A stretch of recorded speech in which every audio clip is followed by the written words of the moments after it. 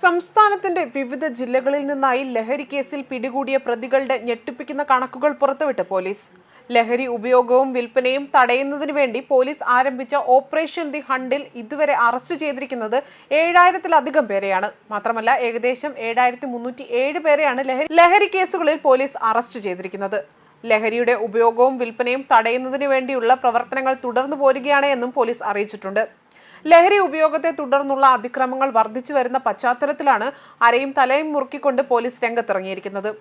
ഇതുവരെ 7 ലക്ഷത്തിലധികം പേരെ പരിശോധനയ്ക്ക് വിധേയമാക്കി. 7038 കേസുകൾ രജിസ്റ്റർ ചെയ്തിട്ടുണ്ട്. അതുപോലെ തന്നെ കോടിക്കണക്കിന് രൂപയുടെ ലഹരി വസ്തുക്കളാണ് വിവിധ ഭാഗങ്ങളിൽ നിന്നായി നടത്തിയ പരിശോധനയിൽ കണ്ടെത്തിയിരിക്കുന്നത്. 3.952 കിലോഗ്രാം MDMA ആണ് സ്പെഷ്യൽ ഡ്രൈവിന്റെ ഭാഗമായി പിടിച്ചെടുത്തിരിക്കുന്നത്. ഇതിനു പുറമെ 461.523 കിലോഗ്രാം കഞ്ചാവും 5732 കഞ്ചാവ് ബീഡികളും പിടിച്ചെടുത്തിട്ടുണ്ട്. കഴിഞ്ഞ ദിവസം മാത്രം നടത്തിയ പരിശോധനയിൽ 2288 പേരെ പരിശോധനയ്ക്ക് വിധേയമാക്കുകയും ചെയ്തു. 207 കേസുകൾ രജിസ്റ്റർ ചെയ്തതും അതുപോലെ തന്നെ 151 കഞ്ചാവ് ബീഡിയും 84.23 ഗ്രാം MDMAയും കണ്ടെടുത്തു. 53.338 കിലോഗ്രാം കഞ്ചാവും പിടിച്ചെടുത്തിട്ടുണ്ട്.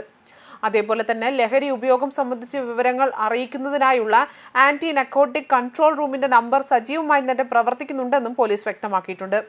ഈ നമ്പറിലേക്ക് വിളിച്ച് വിവരങ്ങൾ അറിയിക്കാവുന്നതാണ് എന്നും വിവരങ്ങൾ അറിയിക്കുന്നവരുടെ വ്യക്തിഗത വിവരങ്ങൾ രഹസ്യമായി തന്നെ സൂക്ഷിക്കുമെന്നും പോലീസ് അറിയിച്ചിട്ടുണ്ട്. അതേസമയം കഴിഞ്ഞ ദിവസം കൊല്ലം ശക്തികുളങ്ങരയിൽ നിന്ന് MDMAയുമായി പിടിയിലായ അനില രവീന്ദ്രൻ അന്തർ സംസ്ഥാന ലഹരി മാഫിയയുമായി ബന്ധമുണ്ടെന്ന് പോലീസ് വ്യക്തമാക്കിയിട്ടുണ്ട്.